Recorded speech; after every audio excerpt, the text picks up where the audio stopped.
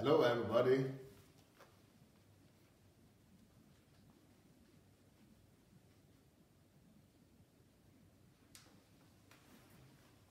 Hello, everyone. This is Kingdom Fruits we're having today. Kingdom Fruits with Dr. Anu Ojo. Kingdom Fruits in the sense that, but we are doing it in a different way, totally different from the way we do it via the net, when people are far from where we are. But this time, because I'm lucky to have my hero with me in the same town, in the same house, so this is a better way to interact with myself and with all of you rather than via the net. So welcome everybody. Please go ahead and invite your friends and call on your neighbors and your family members and tag as many people as you like to tag. This is going to be very important program today because it's Kingdom Fruit. So I'm sure you've known of Dr. Anu for some time, but you might not have known the details of his story. So this will actually allow you to know the details of his story. So please go ahead and call people. Yeah, good quality. Very good. So let me welcome a few of you.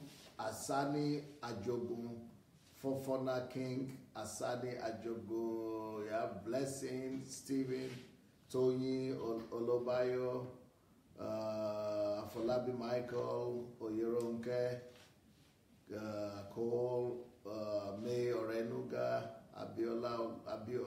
Mrs. Abiola, Francisca, Jane Monsaka, Adeshola is here, Thuli is here, Samuel Abayomi is here, Mario Lyron is here, Fonsani, Adejumo, Olorun Lolubala, Olorun Lolubala. Olorun Lolubala. Oh, okay, Lolubala. Right. Olorun Lolubala is here. Ade Tona is here. Miriam Thompson. Adetola is here. Adedotun. Welcome everybody. Just so nice to have all of you. Thank you for coming. This is going to be a beautiful day. Go invite your friends, and I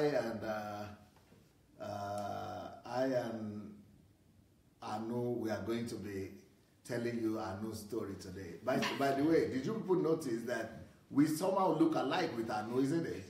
Or nobody ever noticed that? Eh? Nobody ever, maybe because you have beard and I don't have. So they don't see any similarity. But I see similarity. I see similarity in our complexion. You never noticed. We have, because there's different kind of tonation of tone of skin coming from Africa and from Nigeria, but we come from the same tone of skin. Even though in my own family, different people have different tone. I don't know if your family, all of them have the same. Almost the same. Oh, okay. So we have the same tone of, then the shape of the head sometimes reminds me of a little bit. Yeah, okay. And so now, tell me your story. There is something we call this scripture, we call this program that even though you grew up in a Christian home, but growing up in a Christian home, you believe you are a Christian. Your dad was a pastor. You were actively involved in the church. But from what you know of Christ now, and you had been pastoring for 4 years, and you said, from what you know now, the way you know Christ now, it's only 2 years ago you got born again. Really, you got to know God. You got to know Christ for yourself. So pastoring for years, being a Christian for years, but got to know God just now, just 2 years ago. Do you think that a lot of GOs might be in that same predicament without even knowing it? They might just have been as religious as you are when you are in Nigeria, and they don't even have an idea that they don't know Christ. Yeah, apparently, because... Well, you didn't know when you were in Nigeria. I didn't know because, I mean, they were my heroes. Those Jews. Yeah, they were all my heroes. I mean, that was. You used to follow some of the. You need to admire and follow some of these Jews. That was the model we had. Can you mention a few of those names that you? Yeah, I know. I used to admire Bishop Oyedepo a lot. I mean, Bishop Oyedepo. Yeah, Bishop Oyedepo. I used to admire. Oyakilome. I used to admire Oyakilome. I used to admire this Adeboye, all of those top guys. As a matter of fact, even those three top guys, yeah, and some other, the picture of success of ministry. I mean, being a Nigerian, if you want to describe whose ministry do you want if you feel like you want to be a model after, how does the people we mention?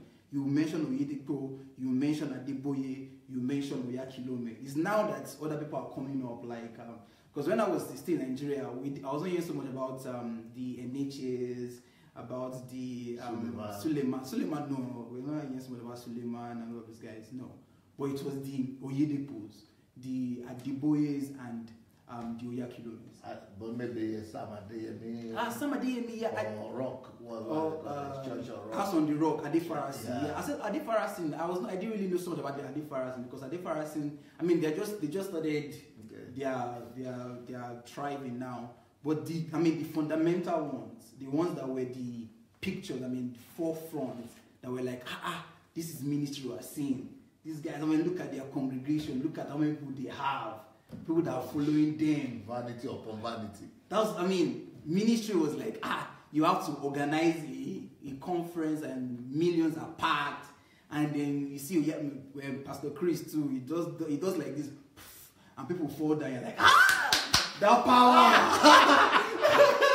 Yeah, you watch people like, they just like this, and people are vanity upon vanity. That was the picture of ministry. That was the picture of. Those were the things they were using to mesmerize you people. Yeah.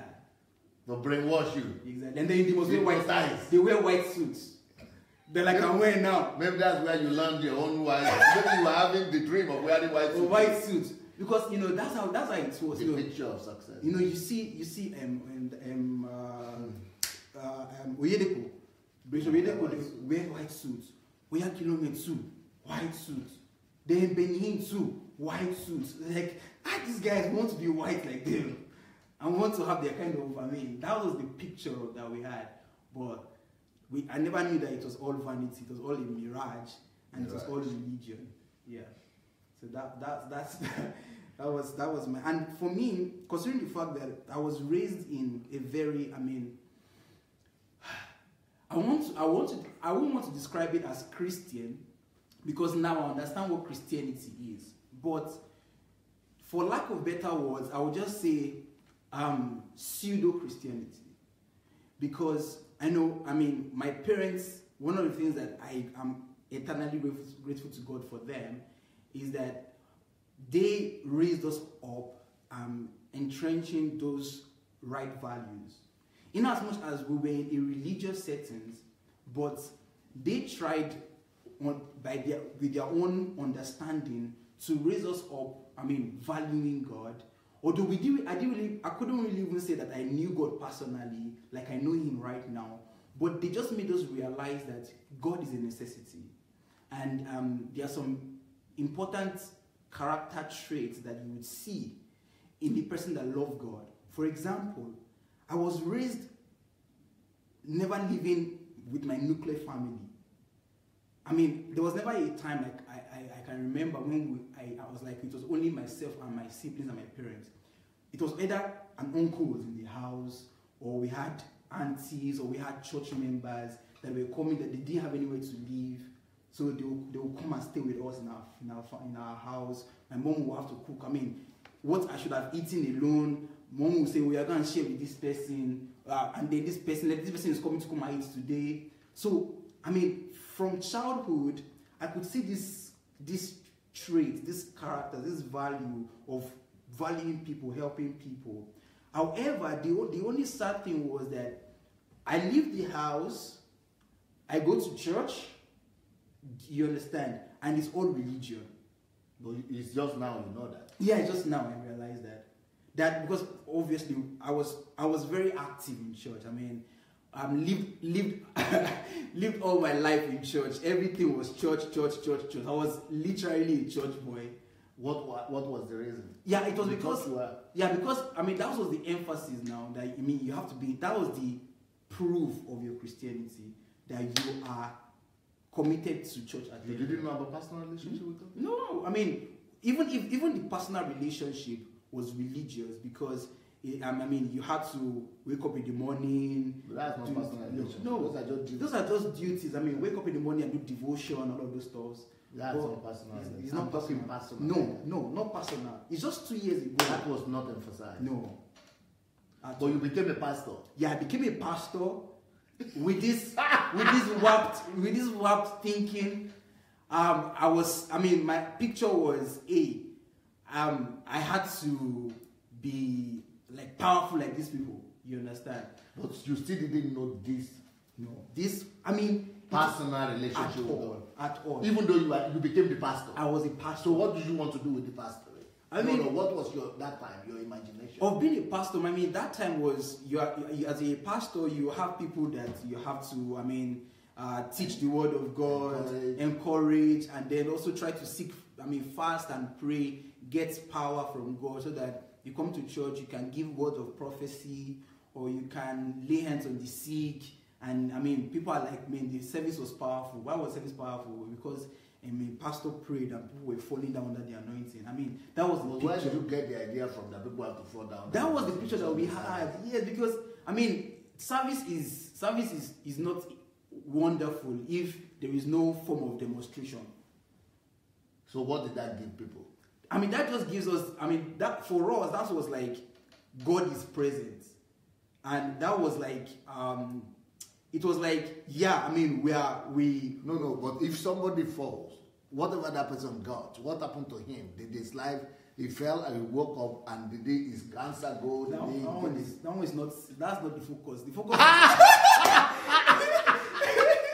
the focus is that... It doesn't matter what happens later. No, the focus is that... He hits that ground. In that service, people are falling at their... His body must hit the floor. Yeah. So after his body hit the floor, finish. That's it. No, nobody cares. That's no.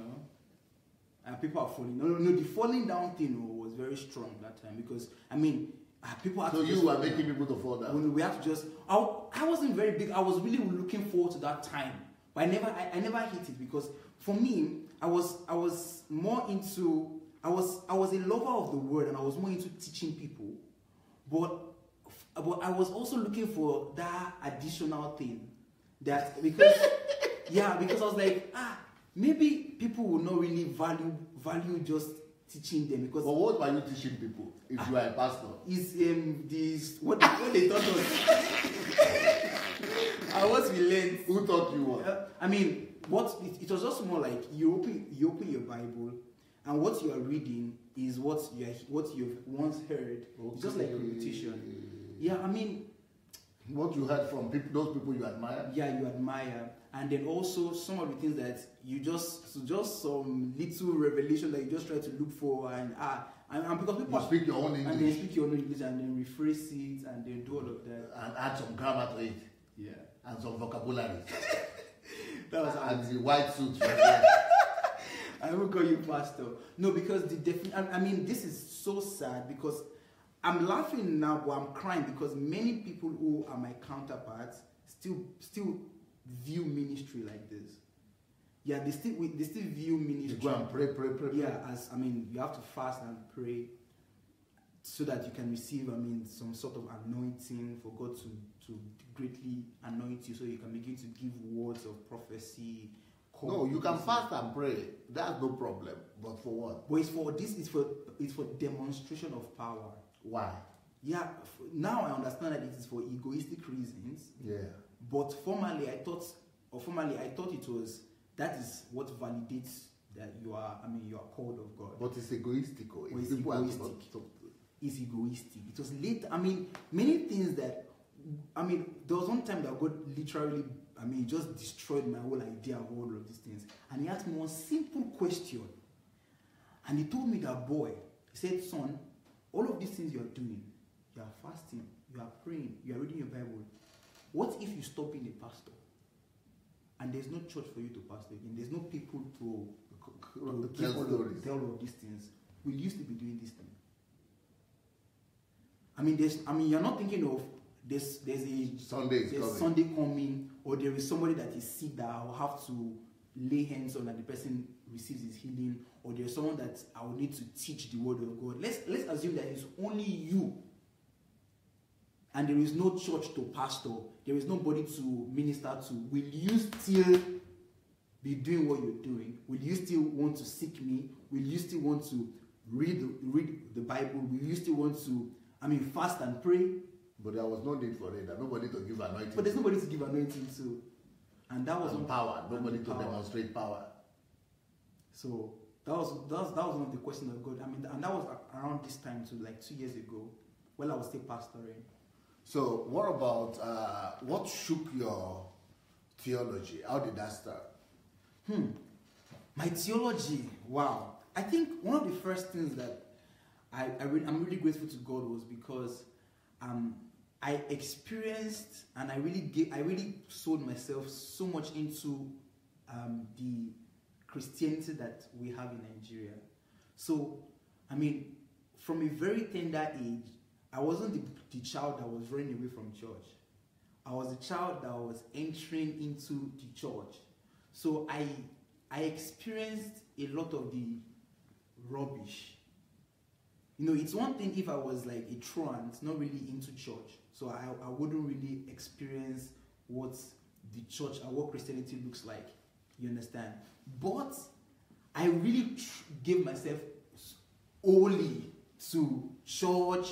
There was a time that I was still a student here. I think around my first year, second year, I used to attend like 4 services every Sunday. And these are 4 different. Even though you were a medical student. I will attend like 4 different services. So I pretty much was into this church stuff. I tried everything possible. So, and then I realized that which products do I have I produced with my life? That was the beginning of my journey. That okay, I have been in church all these years. I've been doing so and so. Okay, and look back and just bring one tangible thing that you can say you have produced.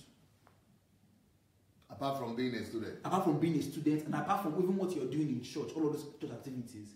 Okay, all of your church activities that you have been doing. You're always this, you are here, you are in this program, in that program, you are playing the instruments for these people, you are playing the keyboard here, you go and play the drums there and everything. Okay, what's tangible? What is that thing that your life has produced that you can say, look at what I did in 2010, 2011, look at the result I had. And I looked back and I'm like, there's nothing. There's nothing I could say that religion is robbing people in Nigeria, in Africa. You're just soaked into activities. You're just so busy, and you cannot see any result. There's no result. There's no fruit. There's no fruit. Just look back and say, okay, what have I done? Okay, all of my 52 Sunday attendances, I never missed one. What is the result at the end of the year? What can I hold on to and say, okay, this is what I've done, and my name is already on it? None. So I got the rude awakening when I asked myself this question. I know, okay, what have you done with your life so far? What results have your life produced? And I didn't find anything. I'm like, no, there's something wrong. But you couldn't still point it out. I still couldn't point it out. In this your notes that you wrote your article, it's written here that during my undergraduate years in Ukraine, I had heard of DSA and even stumbled on some of his videos, but I didn't really pay attention to him. Could you explain this? Yeah, as a Nigerian student, it's almost impossible for you to be in Ukraine and not hear about Dr. Sunday Adelaja. It's almost impossible, especially if you're a Christian. So when I came to Ukraine, there was a branch of your church in campus there. So I heard about you but I was busy with what I was doing, so I didn't even have time to even check you out. I was busy listening to Edipo, I was busy listening to Yakilome. Even Ukraine. Yeah, even Ukraine. These guys they were the ones I was listening to, believing I was educating myself and developing myself. So I didn't have time to really listen to you. So yeah, I stumbled on some of your videos. I remember there was a time I stumbled on one of your videos. But that was normally preaching in Russia. Yeah, but this one was a documentary of yours, where you were reaching out to the Russians and how you were able to. So I just looked at it and I'm like, this is nice, this is good. Oh, this is Dr. Sunday. Good. Let me just continue my own life and the way I've been doing my thing. Let me just keep on going to church. Let me keep on serving in ministries and keep on doing what I'm doing. So I didn't really even pay any attention to you when I came to Ukraine. I didn't even. It just. And the majority of the students are just like that. I like that. I told Victor recently, or some time back, that many Nigerian students, and I'm not saying this to just. I know what I'm saying. That they'll go back to Nigeria, and at some point they would regret that they never got to, just to associate with, not just with you, because associating with you is even another different thing, but to associate with your teachings and with at least go familiarize. We here in Ukraine that you don't have to pay anything for internet. Internet is cheap in Ukraine, but that you come to Ukraine and you would go back and you would not listen to these truths. It's a great misfit, a great disservice to yourself. And that's how many students here in Ukraine are. As a matter of fact, many of them, even if they want to, their pastors will not even allow them to even listen to it. Yeah, because if they listen to the truth will set them free. And if they are set free, the business venture of these pastors here is going to run out. So these student pastors who are in charge of them, will not allow them. They will give them STEM will not even watch.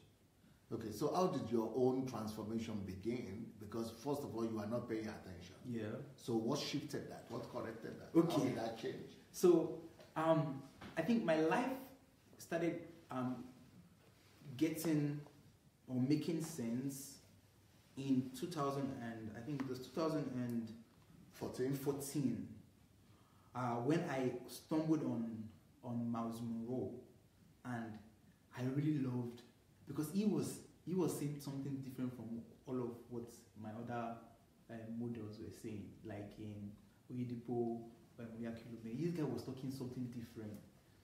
So I'm like, this guy sounds very interesting. And for me, what even attracted me to him was the fact that I could learn how I could maximize my life. And then he was talking kingdom, but I was not really hearing kingdom. What I was hearing was how I could maximize my life. I could discover my potential, because he has books on potentials and all that. So Miles Monroe was someone that I started listening to. As a matter of fact, that summer I was in Nigeria, 2014. And throughout that summer, it was Miles Monroe I was listening to. I had to download his videos and his audios, and I was listening to them throughout summer. So that summer was the beginning of my whole mental revolution.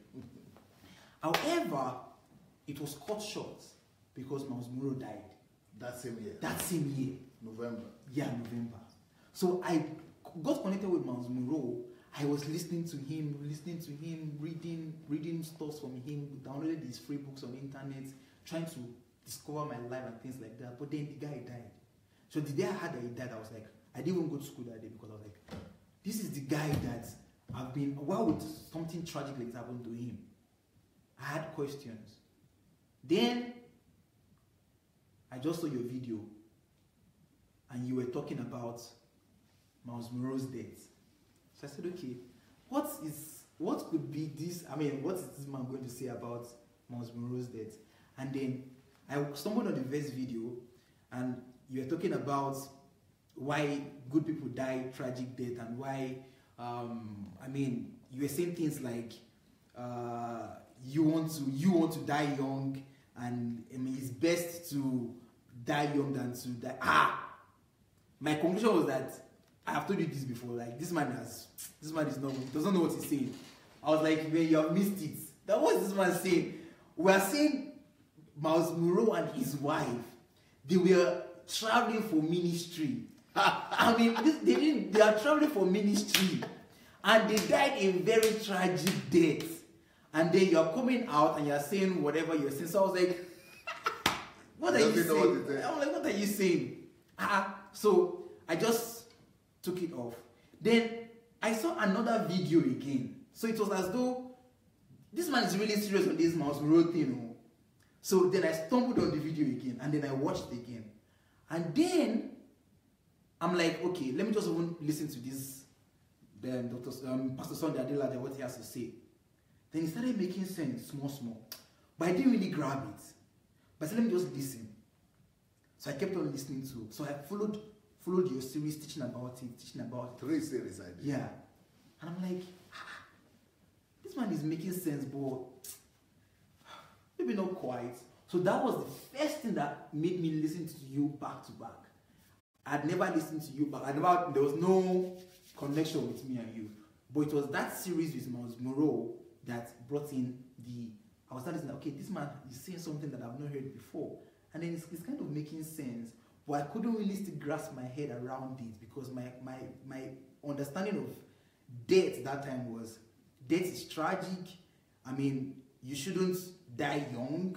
And even after you're going to die, you should just sleep and wake up. I mean, you should just sleep and wake up in heaven. Not like die like, air accident. So that was the first encounter I had with you. And then I didn't listen to you again for a period of time. Just say, this guy. I just like, okay, he has said his own. So let him continue. That's exactly how many people will identify themselves. That's how many people. Yeah, because it was against all I knew. You understand? It was against all I understood. It didn't sound like something that would make sense. I mean, it didn't sound like something that made sense to me. I'm like, what's this man saying? How would you say that dying young is better than just living old and there's nothing attached to your life and things like that? Wow. So I said, okay, you have said your own. Let me just continue my own life. Because a lot of people will identify themselves now to what you are saying. Yes. That's how many people still respond to other teachings, my teachings. Yeah, because they are against. I mean, they are just the other way from what we have been taught and what we have learned all these years. They're just bringing a whole new paradigm to everything. I'm like, I thought this was how it was meant to be, and you're saying, no, this is not how it's meant to be. This is actually how it's meant to be. And this is how Jesus taught us. And then I remember that series, you're talking about Jesus. Jesus did not live long. He just lived how many years? 30-something years. But till today, his impact is still. But it still didn't convince you. I'm like, no, Joe. I was still deep into my church things. So there was no time. There was no time to really face. I was really into, let me just be doing ministry as I understood ministry. Let me do ministry as I understood ministry. Let me just be doing my own thing. But like I said, Dr. Miles Monroe really helped me with his teachings. But he just gave me a whole new perspective that, hey, there's more to what you have been doing. You can actually maximize your life. You can actually do something with your life. And fast forward to when I think the next encounter. Yeah, the next encounter I had was when I left. I was already in Lviv at this time. Lviv is a state in Ukraine. So then I heard some people saying that they wanted to among the students, yeah, that they wanted to go to for a students training with Dr. Sunday Adelaja. I heard that was 2015 summer. A year later, yeah. But I was not interested in going. Why? Yeah, because I'm like, what I was gonna do, I'm like, I wish training. I was still pastoring my church. So let me go back to my church and go be pastoring. So I didn't go, but there was You some. didn't wonder who are those people who are even No, going I out didn't. there. They just said You that. didn't even think about it. No. This is how many people live their life. They don't think. No, Yeah. they just Let me just following their own Let me routine. just go back and continue doing what I'm doing. What I believed, and the truth about it is that I believed that what I was doing was the best, and I was doing the right thing. And I think that is one thing that most people will resonate with. That, I mean, until you really see what the truth is, you keep living a lie, thinking it's the truth. You keep living, because for me, I just thought that what I was doing at that time was was the right thing. And you know how one can be sincerely wrong? That was exactly my case. I was sincere. I mean, really sincere. If you ask people like, I know you so, but I was sincerely wrong. I didn't have the right, accurate understanding of how things should be. So No knowledge of no God. knowledge of God. No understanding of God. No understanding of Even God. maybe that concept was strange. How can you understand God? How can you don't know God? I mean, one of the things that really helped me was the series that you taught on prayer, on how on personal relationship, and how I can feel can feel God, like, and Just with you. with me. I could feel Him hugging me. Yes. So that time, I started practicing this in church, and I was teaching my people that okay, see, beyond songs, I want you to just see God, picture Him, Practice His presence. practice His presence. Hmm. Just look at Him and feel Him hug you. Feel Him. Let Him just feel like He's touching you right now, and He's rubbing you, and He's telling you, "My son, I love you." No song. Don't play any song.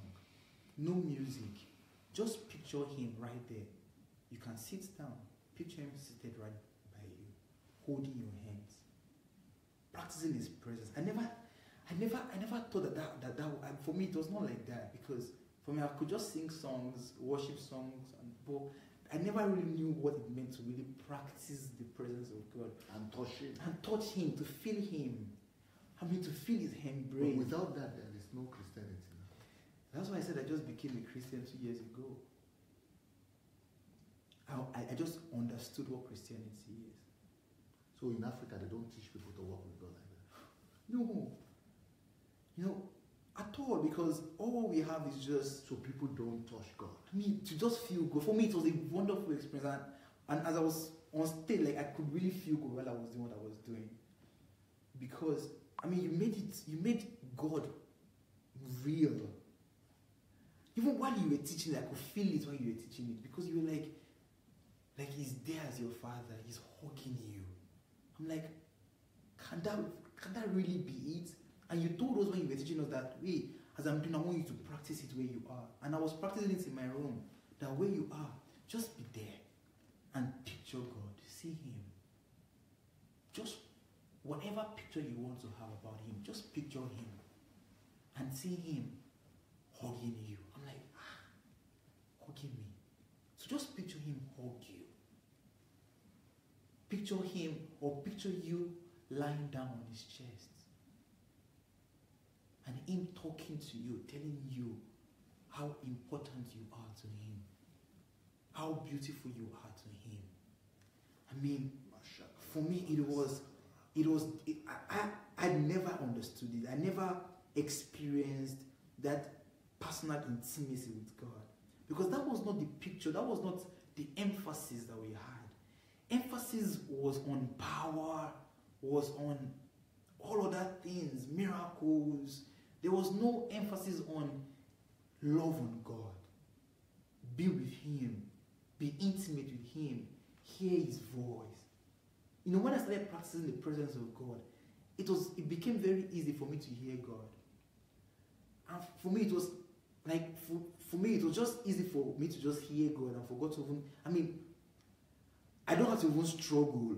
I was with someone one day, and just because of my intimacy with God, the person was standing right beside me, and I could just hear God telling me, speaking words to my heart for that person. And then I turned to that person and I said, this. And the person was like, how? How do you know this? And I'm like, I didn't even go to pray and fast and it happens to me anyhow, anytime, because I'm already like one with God. I just go to somewhere and I don't have to even struggle for God to give me a word concerning a person. It's just like my friend. I'm just like that. Anything. So what are pastors teaching if they are not teaching? These are the top messages, and it's all about egocentrism. That's the thing. It's either the focus is on enemies, that they are evil altars, or they are enemies who. So instead of the focus being on God, is on enemies. So it's instead of knowing God, you're just focused on Satan, on the plans of the devil, on waging war against things. So it's all about enemies instead of intimacy. No. So much focus on enemies. If the focus is not on enemies, the focus is on how to turn God to become your ATM machine. That you just want to. The reason why you want to draw to God is for God to bless you, and then instead of loving Him, of just being with Him, just being with Him, just having that intimacy with Him. One with Him. Yeah. So you don't even talk about. No, you just think it's all about the possibility of every Christian being one. No, at all. Maybe I'm listening to you now. Maybe I have to teach how to do that. Yeah, on how to build intimacy with God, how to be one with God. Yeah. On how to know Jesus. Yes. Maybe this series of love bring this something.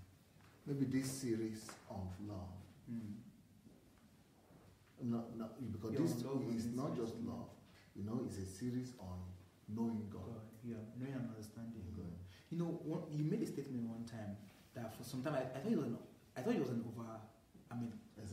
exaggeration. That you said you feel God, just the way your skin like this is close to you. That's how you feel God.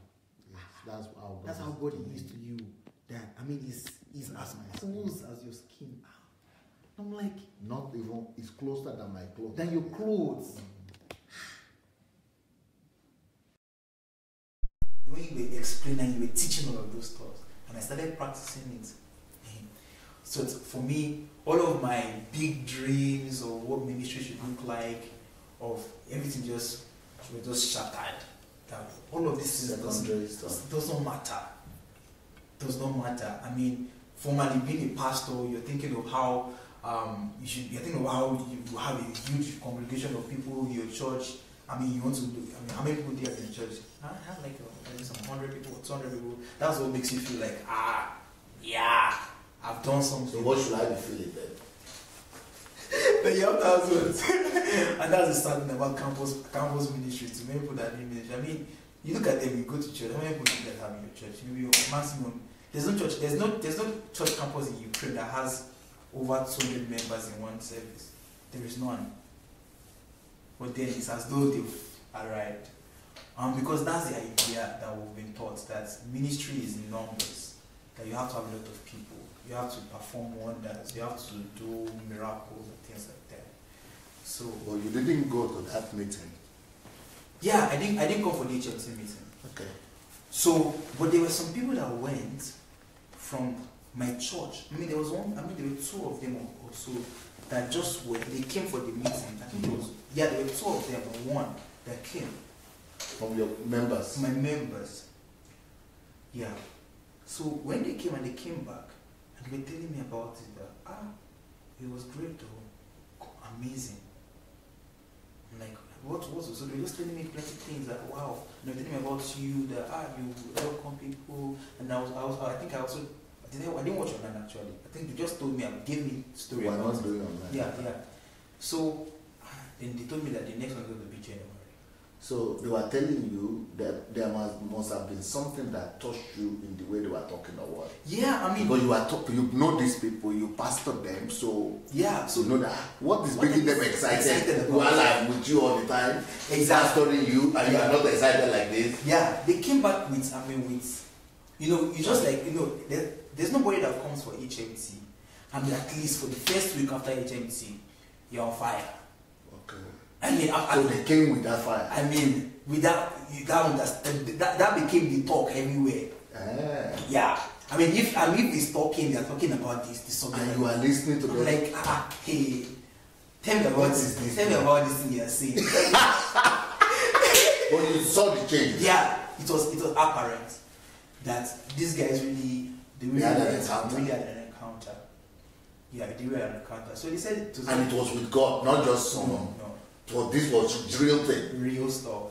So I got interested. I'm like, okay, if you went and you're my member, I mean, I'm pastoring you. I'm your pastor and you're my member and you're speaking like this. I'll have to. So that I would not. The son of man no one will remain behind. So I'll be behind. So there should be something there. Yeah, there was something there. But what was your own expectation?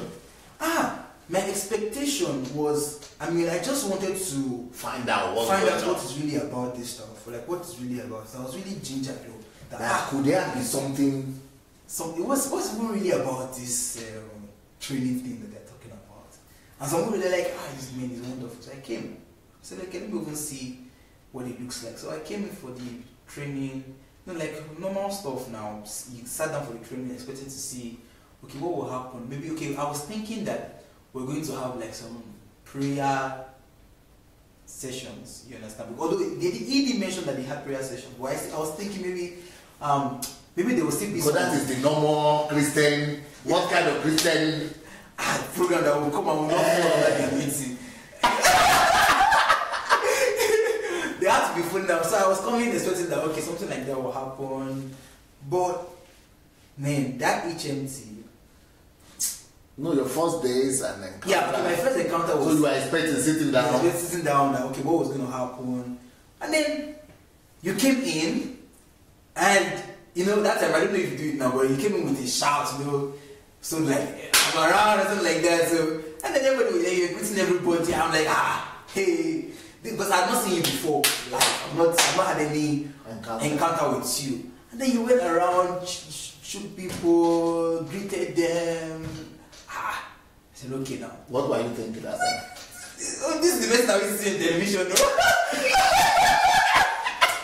What does that mean? Like a big man, having because obviously I became interested in your stuff, so I started like making some inquiries about you. What do you do? And so I'm like, this man has this big amount of people, 20,000, and things like so.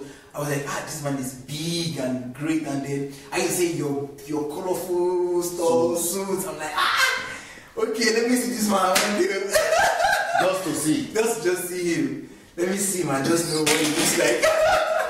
Yeah, so that HMT was on understanding. So the fact that I was greeting people. The fact that I was greeting people was what I just didn't know why you emphasized. Yeah, I emphasized that because that's not obtainable because generally I would have thought that you wouldn't be around for the training. That maybe some of your junior pastors would conduct the training, but I got to know that you were around from this my member. So that one, because normally I would have thought that no, he's too busy. Maybe it's just his name that he used to organize the training. But if you come for the training, it's not really, you'll not see him because he's the big man. Is that the order? That's how it is now. Okay. That's how you don't get access to the big men. You don't get access to them.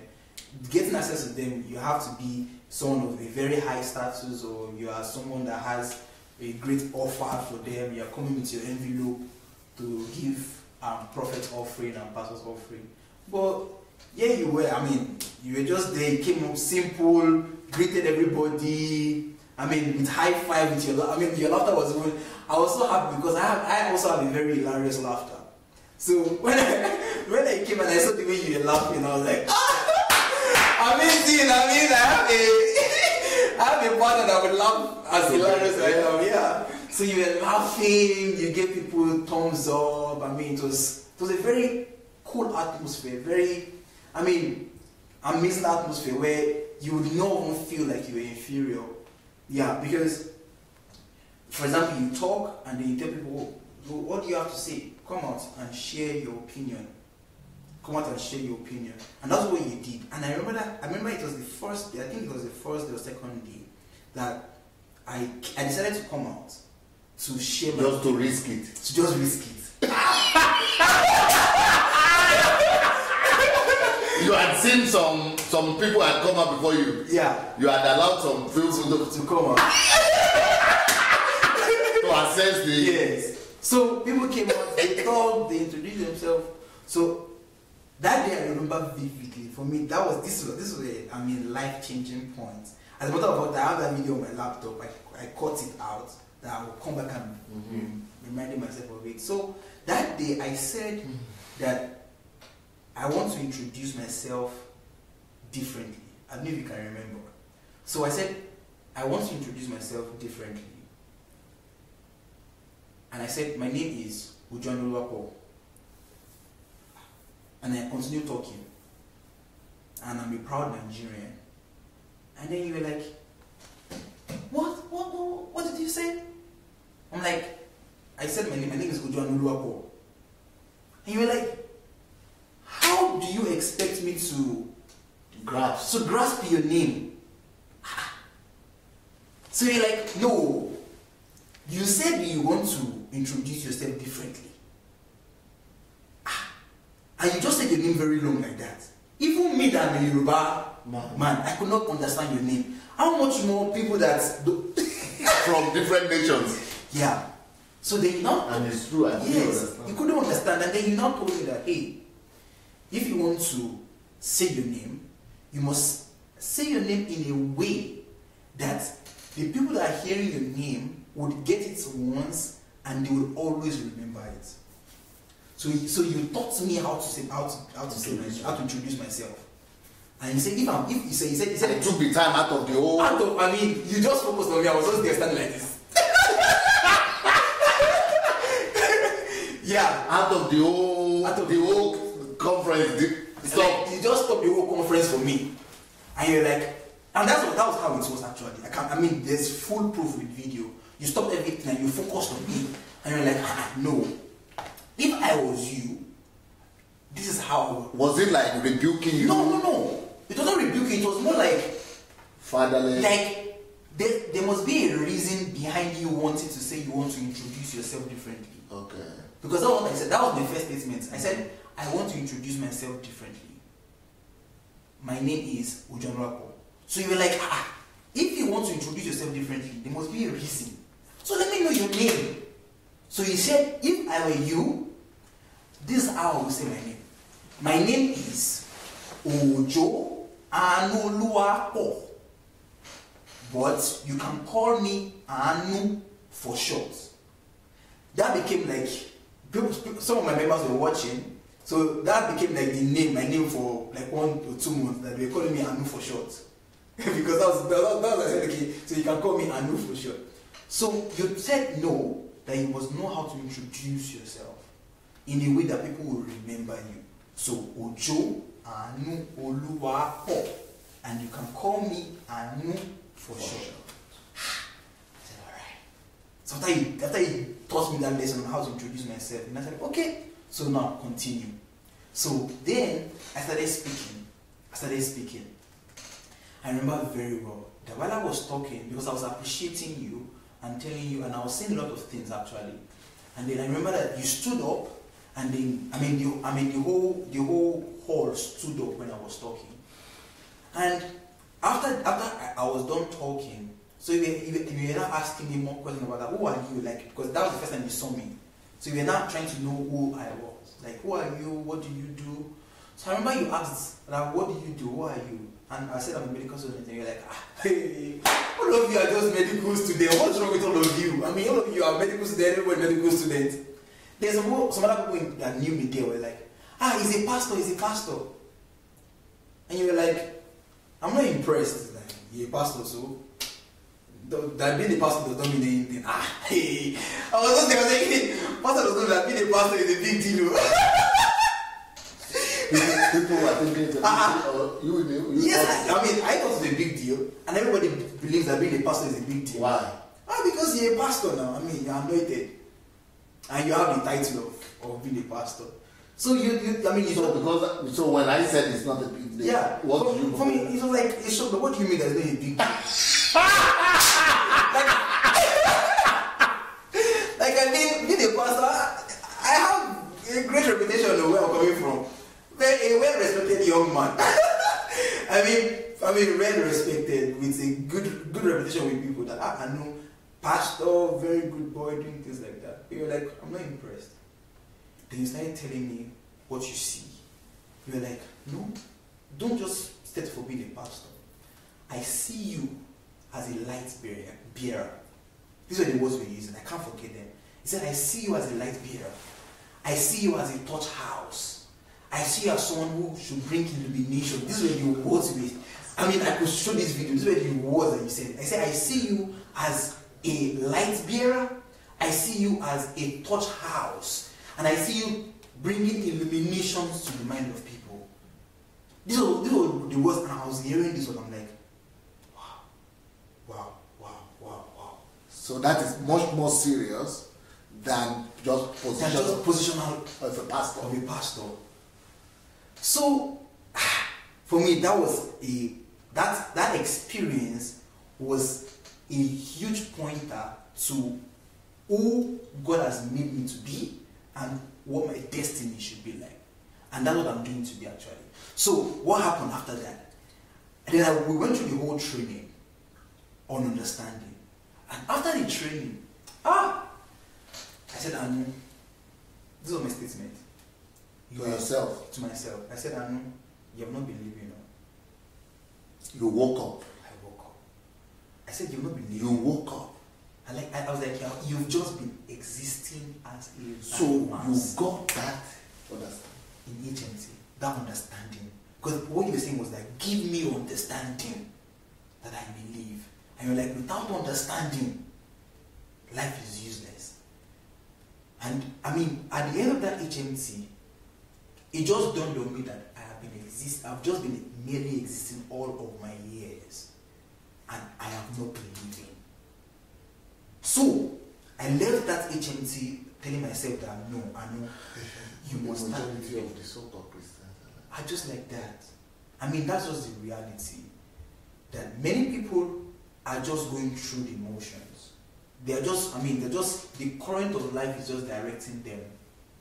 And I think that should be the basis for the book Mind Shift. Yeah. We will just use the example of a young man. I know who was the whole story. I knew that I did because it will reflect on who other people are. They will be recognizing themselves. And that was those same material that woke you up. Yeah. To this way for it. And because that was what happened to me. For me, it was like, no, I know you've been just existing. You are not living.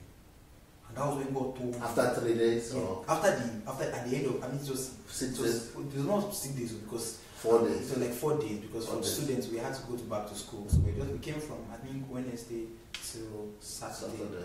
So that was it. So then when I got back home and I was meditating on what I received, then God told me this. That because I used to think that my life was okay. Because I was not smoking, I was not drinking, I was not sleeping around, I was not going to clubs, I was a pastor, I was doing well in my academics, my life is okay, I'm not wasting my life. And then God told me that all it takes to live a wasted life is to live a purposeless life. Because I used to think that I'm not wasting my life because I'm not smoking. Oh, it's the people that are smoking and people that are drinking and people that are passing and the ones wasting their life. But me, I'm not wasting my life. I'm being a pastor, I'm doing all those things. Then he just told me, he said, all it takes to live a wasted life is to live a life without purpose. Then that was when my journey started changing. Then I started listening to your messages. I started reading books. Formerly, I used to tell myself that I'm not a book person. That was the No, it's not possible. Pastor. Now I tell myself. What does that mean? I'm not a book person. Yeah, I tell myself. So I'm what? I'm a pizza person. No. I'm a McDonald's person. That's what like KFC person. That was what I told myself that. Then you have to do a video on that. Yeah, I told myself that. Teach people. Yeah. I'm not a book person. I will do a video. You should do a video and write to like I'll work on that. People will recognize themselves. Yeah. Or even a book, write a book. I'm not a book person. I told myself that, oh no, I'm not really into reading books. Yeah, I don't really read books. Wow. Yeah, if I wanted to read any book, and if I was going to read any book at all, it's a spiritual book. Yeah, it's going to be a spiritual book on the Holy Spirit anointing, how to get power, to become a distinct. That's what I'll read. But to read books that will develop, no, I'm not the book person. So what happened was, after the whole encounter HMC, then I saw the need for reading books. So I think we have to tell people that the next HMT is coming up in April. From 1st to 8th. Yeah, first. We have to arrive on the 1st to 8th of April. Yeah. Yeah. So what happened was, I go back and then I tried to change. I tried to make things better, but it was not very easy because, you know, I've been really into this religion stuff. So your lifestyle. Yeah, for my lifestyle, it was not very easy to change because, how would I do this? How would I bring it up? So there was this summer, and that was 2016 summer. Yeah. Just last year. Yeah, last year, 2016. Yeah, just close by. Then I told myself that, boy, you're getting to your final year. So you have to, at this point, know exactly what you're going to do with your life. So I decided to go into solitude that summer. And I set a target for myself that I'm going to try to read at least 6 books. For me, that was a big target. At least 6 books in those 2 months of summer. So I was like, I know you must read at least 6 books. When that summer finished, I read over 20 books. Wow. And that was where, like, the light bulb came out. What kind of books were you reading? I read some of your books, and I read, because I read books more about purpose discovery. Because that was, I was like, who are the people? Yeah. Miles Monroe? Yeah, Miles Monroe's books, and then some other books that I could find on the internet that was all about purpose. I mean, just look for free PDF books on purpose, just download. So I started, and that was before even UMI came out. So I didn't want UMI then. It was later that I got to UMI. Then it was that summer that, things became clearer to me. That, oh, I know this is why you are here. This is the reason for you. This is you're not here for this purpose, we are here for this purpose. This is what you should be doing. So I started writing down. So I went into solitude and I started penning down, okay, what are these things that you, it was so helpful that, it was 2000 and, there was this summer that we had an interview here about how I missed my calling. Which summer was that? It was after summer. It was after school. That was October. Yeah, but I know I came, I was here during that time, there was that series. And then even your teachings also now helped me. Those concrete questions. I started doing live broadcasts. Yeah, I started doing live broadcasts. So it helped me to really discover myself.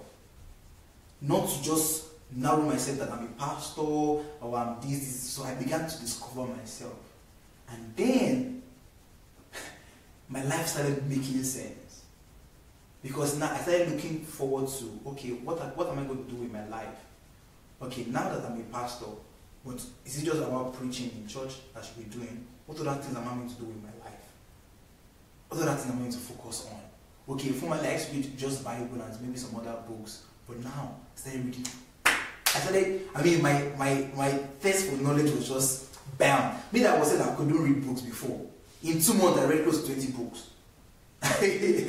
Because I was just there reading, adding knowledge to myself. Just trying to just know more, seek more, develop myself more, just build myself, get myself self-educated and everything like that. So that was how the journey just began. And then my life just started making sense. So my paradigm started changing, my perspective started changing. So what I used to think was the ideal, what I used to think was, this is what ministry should look like, or this is what my life should look like, started changing. And then, and I started listening to your messages constantly, following your live shows. There was this time I was in my room, I was like, what have I been learning all these years? As one time I was literally moved to tears. What was going on? You were Yes, listening? I was listening to your message. I'm like, To my message live or recorded? Live. And I was like, how come I've not heard all of these things before? How come I've not heard these truths all my life? And I was like, wow. As I was just moved, I was like, no. This is just too good to be true. That there's this kind of knowledge out there, and there's someone that knows this kind of things. I couldn't even believe it.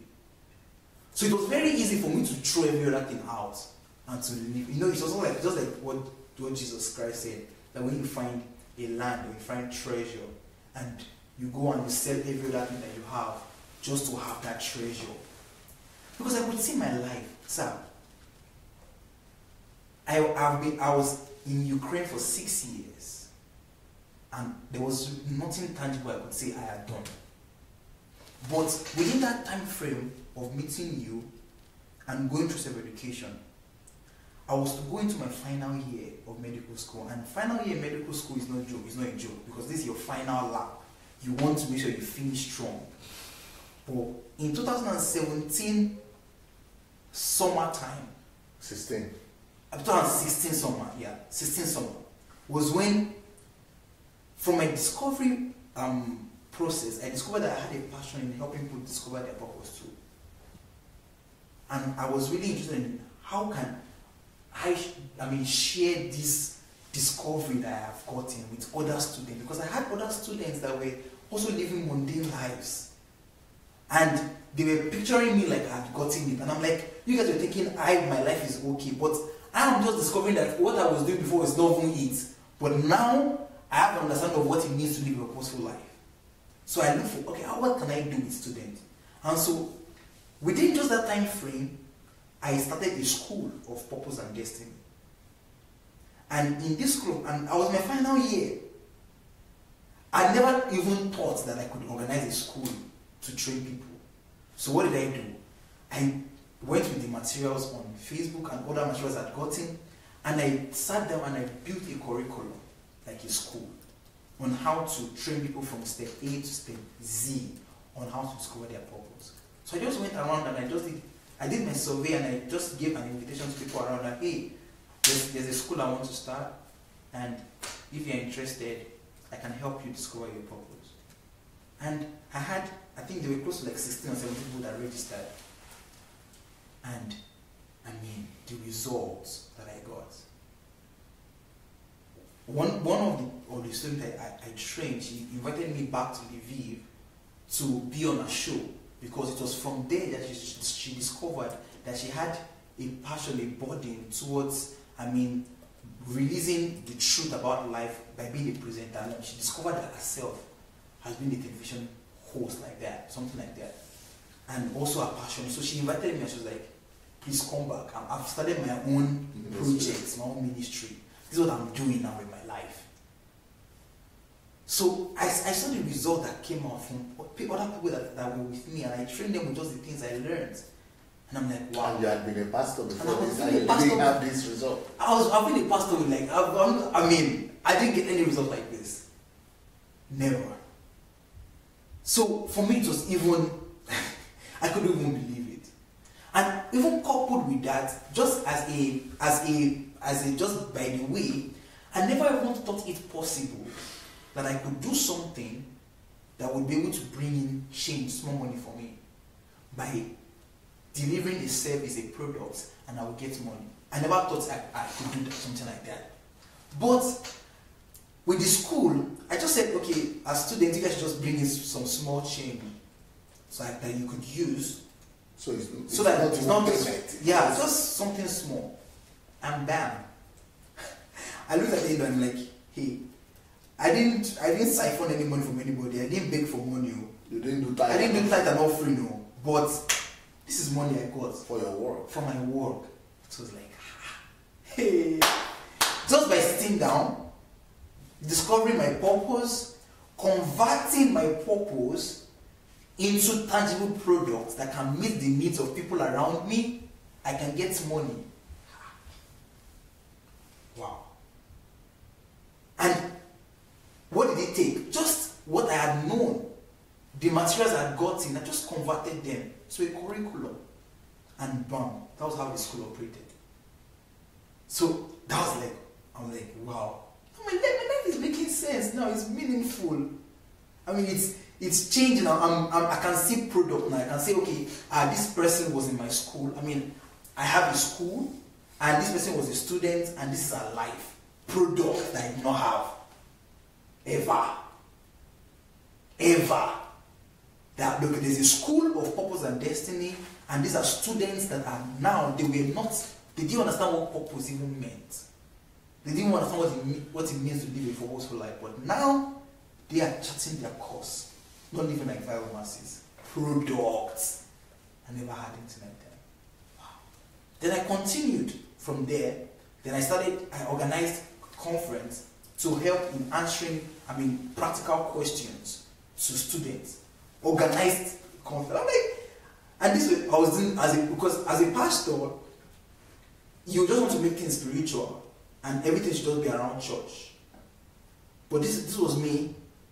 I told members that this is not church. This is not spiritual. This is not your religious meeting. This is something that is going to help you practically. So if you're interested, come. It was different. So just like I now remembered what you were saying, that hey, I'm not impressed with you just being a pastor. There's more to you than being a pastor. You're a pastor, good. But there's more to your life than being a pastor. Why do you need to say by being a pastor? Why do you need to say by being on the pulpit when you can impact lives? Even from that school I had, many of them that I was training with, people that were not in my church. People that were not in my church, people that would never have heard me preach or teach. They came for the training. And I taught them, and people from other churches. I'm like, so my life can be this meaningful. I never even thought. I just doing the normal, usual things. My life started making sense.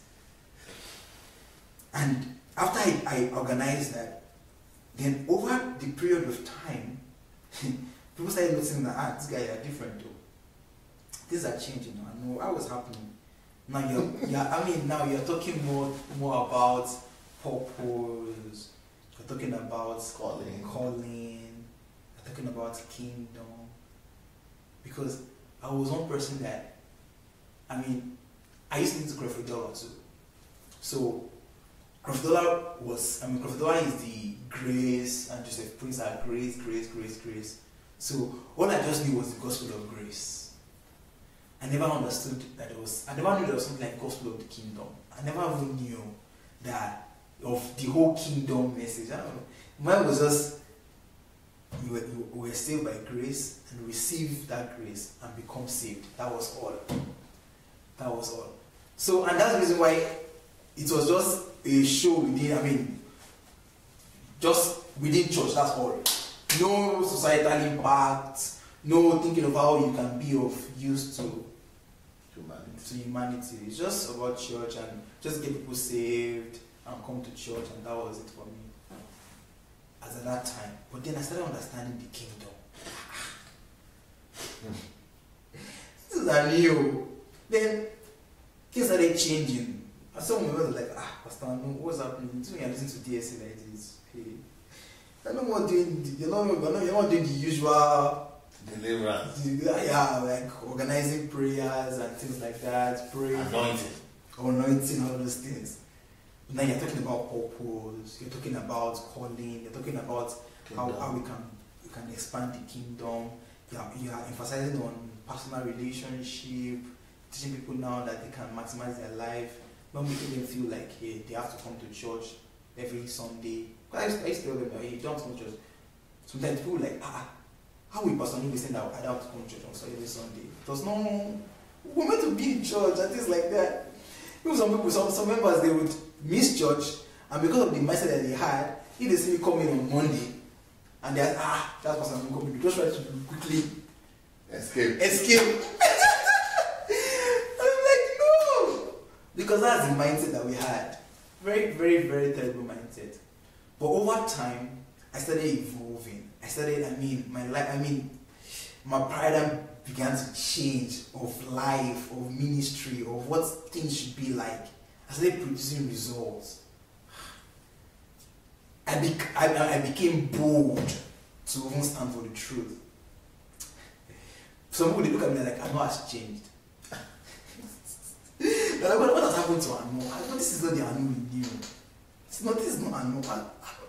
Anu, you're not talking like this on Facebook, right? So, I mean, friends who just left me. They're like, no, you missed it now. As someone would like, no, Anu, you have missed it. But I look at them and like, I know where you people are now. Because I was there. Because I was there, guys. People are looking for power. Me, I saw for power too. Victor knows. 40 days I went fasting for power. Just wanted to just do this space power. 40 days I went. 40 days. I said, no. Hey. Well, I have to seek it. They said the price is to fast and to sacrifice yourself. I will fast this fast. I fasted 40 days. Victor was with me there. You say, no, what happened to this? I say, I'm fasting. How many days? I'm going 40. I'm going 40. Yeah. We're going into, we have to get this power. This anointing, we must get it. But now, looking back, I'm like, vanity upon vanity, and ignorance, big ignorance. So, I mean, huge change, huge deliverance. I mean, now I speak with my dad, he's just there, he's listening to me. Is it you? Sometimes you not want to talk about it. You just be listening. And then you say that, you say that's my prayer. My prayer is that at least my son will know better than me and I will be able to learn from him. So they'll sit down and learn. Talk to him and say that this. There was a time I was talking to him and I was like, I know what you are saying here. I'm meant to call the general overseer of our church. And you're going to see him and talk and discuss with him. That's what he said. The way you're seeing now, general overseer should hear this. Because what you're saying is the truth. Because that's not what we've been doing all these years. Although he had been a pastor for how many years? I can't count now. Before you were born? Yeah, he had been deacon, from deacon became a pastor, and he has been in ministry for years. And I'm beginning to share some things with them, and they're like, what you're saying is true. In just less than 2 years. No, the transformation was intense because I was really seeking, because I knew what it meant to be at that side. I knew it was not profitable. So you could not even tell me otherwise. You could not even convince me not to want chase what I was chasing, because I knew. What are you looking for that I've not done? Is it to seek for power? Is it to prophesy? I've given exact prophecies. People are like, people are falling down. I've done all those things. I've done the power. I've gone to some of the ministration. I didn't even do anything. I just stood in front of the person just heard that. I'm like, is it power you're looking for? No power. Is it to heal or to give word of prophecy or to lay hands on the sick for them to recover? I've laid on it, but I discovered that this is not it. That is not, that's going to be like an addition. It should follow you, not what you're seeking for. That's a big deal. Not a big deal.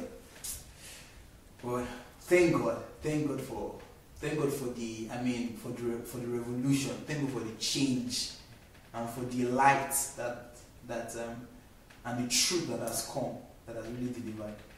So what are the kingdom fruits or plans that you might still be having? Yeah, so one of the things that like I said earlier is that I started an initiative called the Mind Revolution Initiative.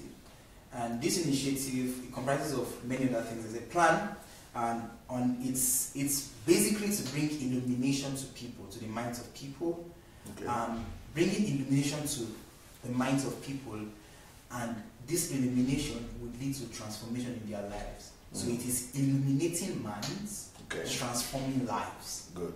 That's what the initiative is about. So Mind Revolution Initiatives. So it is under the Mind Revolution Initiative is the academic part.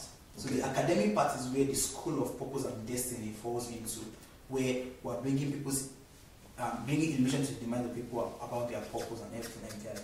Another thing is the Mind Revolution talk that I'm doing now on Facebook, where this is where I'm just speaking on certain subjects to just bring illusion to the minds of people. And so that's what I've been doing right now.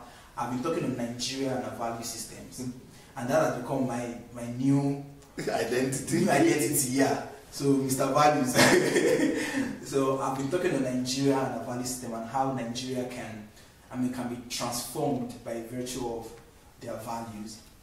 Apart from this, also I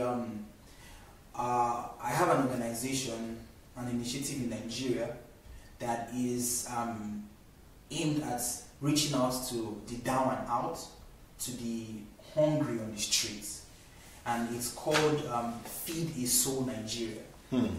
Yeah, so I started it this year, January, after several consultations and deliberation on how to effect it. So it's called Feed the Soul Nigeria. For me, it's a huge goal, it's a huge plan. I mean, the picture I have and God gave to me when I got it was so profound, and I see it as an organization that would help in reducing poverty and hunger to the barest minimum in Nigeria. That nobody should go to bed hungry. That there's nobody should go to bed hungry. That's what I said to myself initially in Ukraine some time back. Wow. Yeah, and that's the vision of that, to make sure that nobody is hungry and we are feeding a soul. So for us, a soul is important, and that's why it was called Feed a Soul. Just one soul is very important. You must feed one person. So I started January with my team members in Nigeria, and we've been able to start with little steps in reaching out to the hungry in Festax Town, because the dream is to have a resource center in every local government. So this is the idea that I have, in that in every local government there is going to be a resource center, at least one, and this resource center is going to have a kitchen and a food bank working hand in hand. So there's going to be a kitchen and a food bank. So the food bank would have raw food to disperse to people who have the ability to cook, but they don't have foodstuffs to cook, and they are suffering, or like maybe widows, orphans, that they have a house, they have where they're living, they have gas to cook, but there's no food. We're giving them raw food.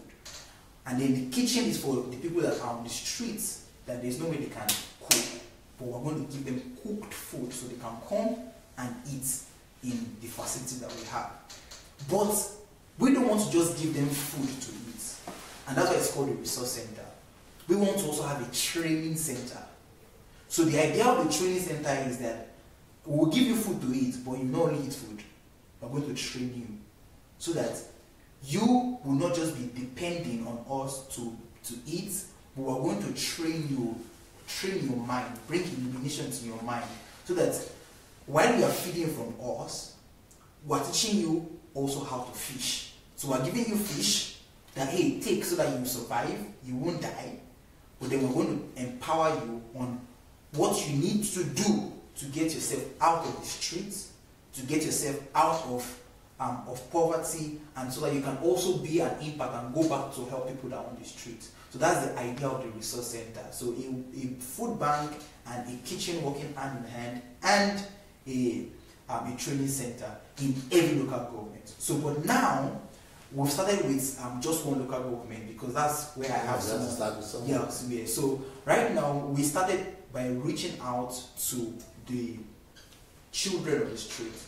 I don't have pictures here, but we have pictures anyways. But we go out right now, like on Sundays, we cook raw food and then go and share the food to people on the street. In Nigeria? In Nigeria. Why you are still here in Ukraine? Yeah. So, and we have been able to do that. We started January, and we're continuing it by God's grace. To just go out. This one now is let's just give them food to eat. Let them just have the food, the pack of rice or whatever food we want them to eat, and then go and give them the food to eat. And we started by God's grace as of last month, and we are continuing it by God's grace. And by that, we keep on building and keep growing. Beautiful. Yeah. Beautiful. Today is your birthday as well. Yes, sir. Happy birthday, Dr. Thank you so much, sir. Many people might not know why we had to do the Kingdom Fruits today, because today is Dr. Anu Oluwapo Ojo's birthday. What would you like to tell people after hearing your story? Your story is so moving to people. I see a lot of likes and love and everything, and people are just excited, overwhelmed by your testimony and your transformation. So, from all that, what will you tell? This is a very big opportunity that I want to maximize. Okay, I want to give my word to the first category of people, and it will be to parents. And my word to parents is that please try your possible best to help your children not to become who you want them to be, but for them to become who God wants them to be. And by that, what I mean is empower them, listen to them, talk to them, and let them realize that they were here on an assignment as early as possible. I mean, if from a very tender age you make them realize that they are not here to seek for jobs, but they are here on an assignment, they are here to fulfill a purpose, and you help them in discovering their purpose, I tell you of a truth that will be a great deal of help to them. Because by doing that, you're going to help them in really living out their lives and living out God's purpose for their lives. So please, dear parents, I would encourage you to help your children to discover themselves. Help them to discover their purpose. And don't be pressured in telling them to become the kind of people that the world describes as successful or as great, but help them to discover who they are to become. The next advice I want to give is to young people like me. Before you give the advice to young people, I would like to comment on the advice you gave just now to parents.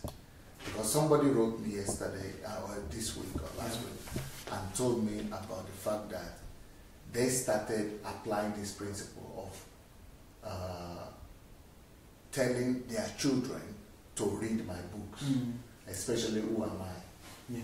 Some of the parents even said they will give their children, they will give them incentives. Yeah. Like, I'll give you $10 if you finish the book and answer the questions. They said it has been revolutionary. Now they all say, we now know how to make our children become like your children. They used to just come and admire my children and say, your children are so this, but now they are now saying, some of them have said there are 3 books, 4 books that their children have been reading. Yeah. That might be a way to do that. I mean, it's so going to be. I mean, it will help their life. I'm trying to imagine if I had known all of these things, like the things I know now. I'm trying to imagine that if this was the things that I was built on, and the books are already available. They're there. Yeah. Just write, if you want them cheaper, the books cheaper, if you are living outside of Nigeria, just write to dsasbooks@gmail.com, and or you can get them on Amazon, or if you're in Africa, you go to Shioma, and you get the books and begin to, even if you cannot read books, give incentives to your children, and let them be reading, studying those books. They will become dangerous in the world. They will become the leaders of the world. That's true. Even you would see it from their conversations. You would see it from their lifestyles. And I wanted to address the youths. People that are like me, young people who are vibrant, who have the strength, who are following those same GOs like you are. Yeah, I want to just tell you that please don't end up on your deathbed realizing that all you have been chasing all your life was just a mirage and was just shadow, because that would definitely become the end of anyone who is following the general idea of most of these big men of God wanting to build big ministries and have big houses, fly on private jets, and those things they're not bad, but there's more to your life than that. And it's never too young for you to start doing something meaningful with your life. As a matter of fact, the fact that you are young should be your greatest benefit. An asset. That you are young, you are vibrant, you have the strength, and you can chase your goals with every fiber of your being, and you can do everything that is necessary to become who you want to be. There is really a purpose attached to your life, and if you've not discovered your purpose, I encourage you, because if you've not discovered your purpose, you are just living a haphazard life. So nothing. Somebody said, out of all the books they have read on purpose, that this is the most concrete. Not because it's this is what I had. I'm not the one who said it. I'm just quoting. Yeah. But you said you also read a lot of books on purpose. Yeah. Where will you place this? I read this book, and for me, one thing that this book did was that it didn't just give me why I need to discover my purpose. Because many books talk about why you need to discover your purpose, the benefit of discovering your purpose, why discovering your purpose is important. But no practical questions that I need to guidelines, checklist to ask myself that will say, okay, ask yourself this question, write your answer. Answer the next question, write your answer. And everything like that. And like taking you by the hand and leading you to do it.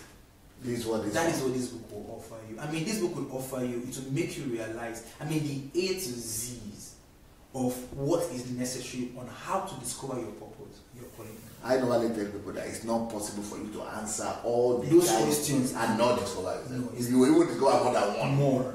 Yeah, you discover more. You discover more than what you even thought. Because the questions are so direct. That okay, what is it? What is this? And that's what I was using for my school too. Many of the questions I hear was I used for my school. And people could just, yeah. When I was young, I had this trait. I went through this experience. Everybody begin to recognize it. Wow. They wake up. I had this all the while, but I never recognized it. But that's what this book will actually do. And even much more, there's a section in this book that talks about the reasons why people don't even fulfill their purpose and different things that impede people. So you'll be able to even resonate that, okay, maybe it's because I have this kind of practical. Yeah, very practical, very helpful. And if there's anyone that wants to really discover his purpose, this book is going to help you. It will definitely help you, because I had a review with Maiwa on calling and purpose, and I was telling her that series is one of the series that actually woke me up to realize that hey, you're not just here just to live on YouTube. On YouTube, yeah.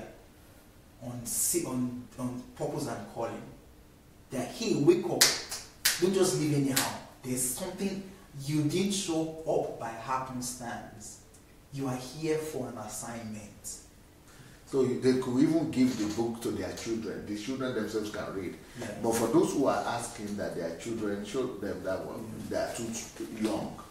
If your children are too young, then you yourself can take this particular one, how to create core values in a child. You can take this one and work with it together. Wow. With your. As in, I'm just reading what is here, and it's amazing. As in, you are going to learn. Yeah. You're going to learn on the danger of a life without value. You will teach your child that. Yeah. On why it's dangerous to live a life without value. Number 2 is that you're going to learn how to work with your children. Wow. And that's what many parents don't even know how to do. And then you're going to learn the values that should form their core. Their essence. Their essence as individuals. Amazing. And you're going to learn how to raise children with godly values. That they will be able to go out survive anywhere. And then survive anywhere. And how to develop confidence in your child. You're going to teach them how they can be confident. I mean, every child wants to be confident. And not even being raised in a family. Inferiority complex it has done a lot of harm. So you're going to learn how to develop confidence in your child, how to develop love in your child, and many other amazing things in this. And this is another one that will help your children who are already at least older than 10 years old. Yeah. On creating your net worth. As in, create your own net worth. Your own net worth. Because I give an advice to parents because I know how important the parental role is, even with my own life. And this is one book that talks about how, not trying to derive from somebody or from someone, looking for this, looking for that. No, but your own net worth. Self-sufficient. You will not be rounding after GEOs or other pastors after. At all. I am a person, I'm a personality. Am I a personality? Yeah. Dangerous book. Dangerous book. Oh dear. This one is for adults. Oh dear. Or children who are over 18 years old. Yeah. One amazing thing about this book is that, it will make you come alive. That's what, but it will make you cry first. Yeah. It will make you cry first because you say, I've been a vegetable. I've just been living like a bad. And I've been branded that I'm a medical doctor. Or I'm an engineer. Yeah. Because you I am educated. I finished BA. Yeah. To be a personality, very key. Very key. And I think everyone actually needs to get this book to read. And another one that will help the young people. I started reading this book already. And I'm almost done with it. Dangerous. I was annoyed. One of the most important books in the whole wide world. Any human being can ever touch like this. And read. People don't know it. I'm telling you. People just make it. They don't have an idea. Their thinking is just about Bill Gates and Steve Jobs and that. They don't know what it is. When I started reading this book, what did you say you regret? What? Wasted experiences in church. I'm like. But you already regretted that one after you met But it's me. different because now I understood what I could have made from it.